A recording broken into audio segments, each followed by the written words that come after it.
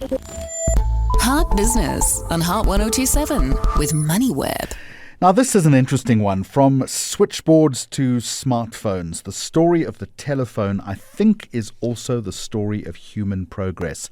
And we're marking World Telephone Day on Friday, and we're not just looking back, but also forward, how voice technology continues to shape business, commerce, and connection.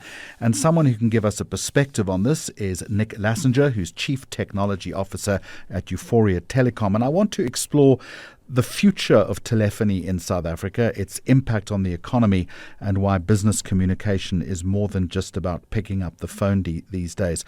Nick, a very warm welcome to you. But before we talk about the future, let's start with the past if we can. What, in your opinion, does World Telephone Day mean in 2025? In many respects, it's our lives in the palm of our hands these days.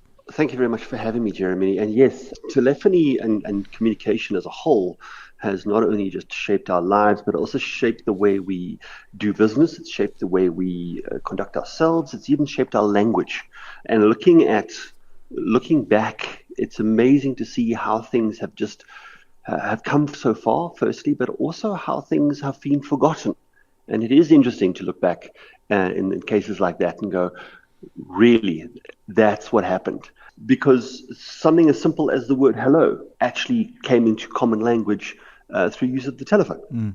It wasn't actually a greeting before. It wasn't used as a greeting, or not in common language.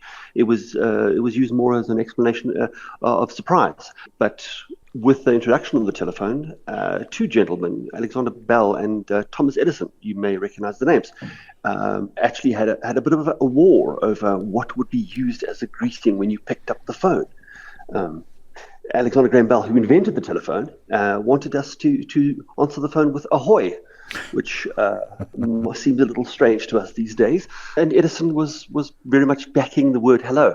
And within a couple of years, that now filtered into common culture. And hundreds of years later, we are sitting there going hello, and we treat it as if it's completely normal and has always been.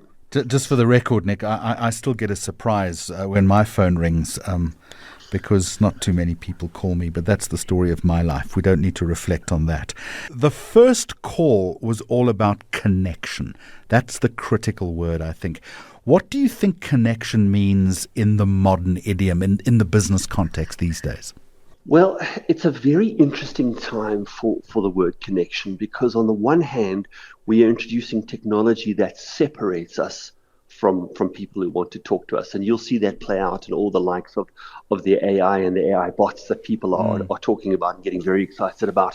But the first phone call was simply Alexander Graham Bell saying to his assistant, Mr. Watson, come here, I need to talk to you. And that has been the primary focus of telecoms all through the ages, is to put people in touch with each other.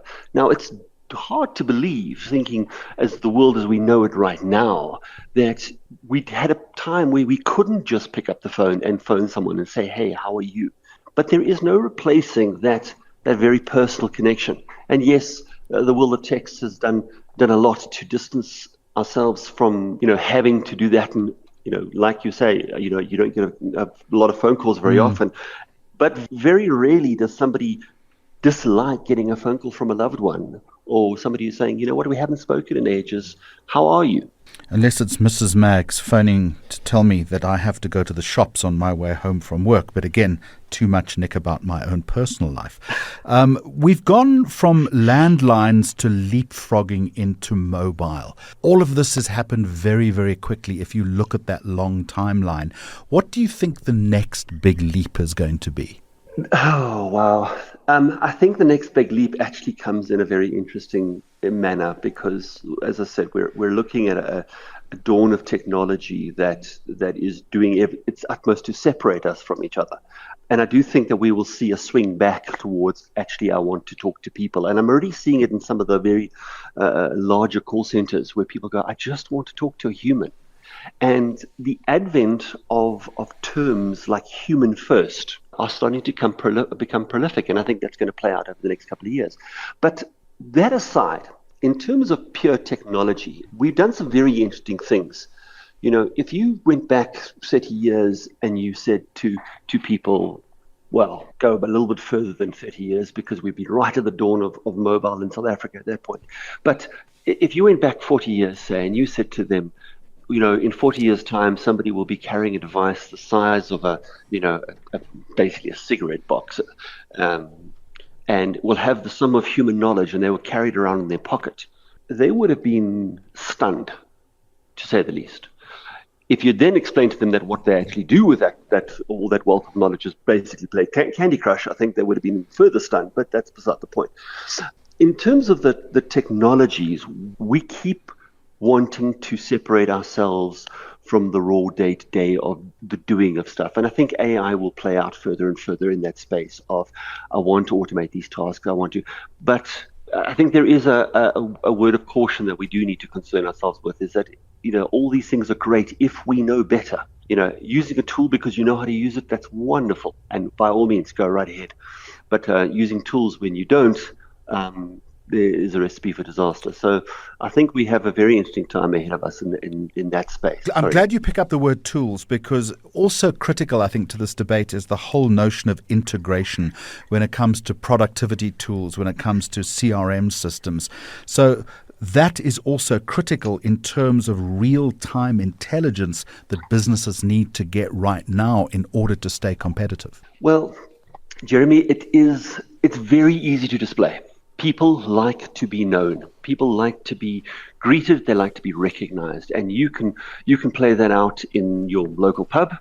If you walk in and they say, "Oh, here's your regular," you feel special. You feel like you are worthwhile. You feel like you are being valued. And I can say we chase it in our own business every day. It's like, I would rather that my teams who are answering the phone say, "Good afternoon, Jeremy. How can I help you? I see there's something that you've got here. Would you like me to look at that? Or is there something new I can assist you with?" Rather than, "Hello, Euphoria, good afternoon."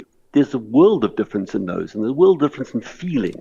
And that's what's being chased right now, is that feeling, that concept of connection. Nick, I've got one word in which to end this conversation with, and I'm going to use the word ahoy, Nick. Thank you very much. Thank you very much indeed. What a fascinating conversation. I do appreciate your time this evening. That is Nick Laschinger, Chief Technology Officer at Euphoria Telecom, and all ahead of World Telephone Day, which takes place tomorrow. Heart Business on Heart 1027 with Jeremy Maggs and MoneyWeb.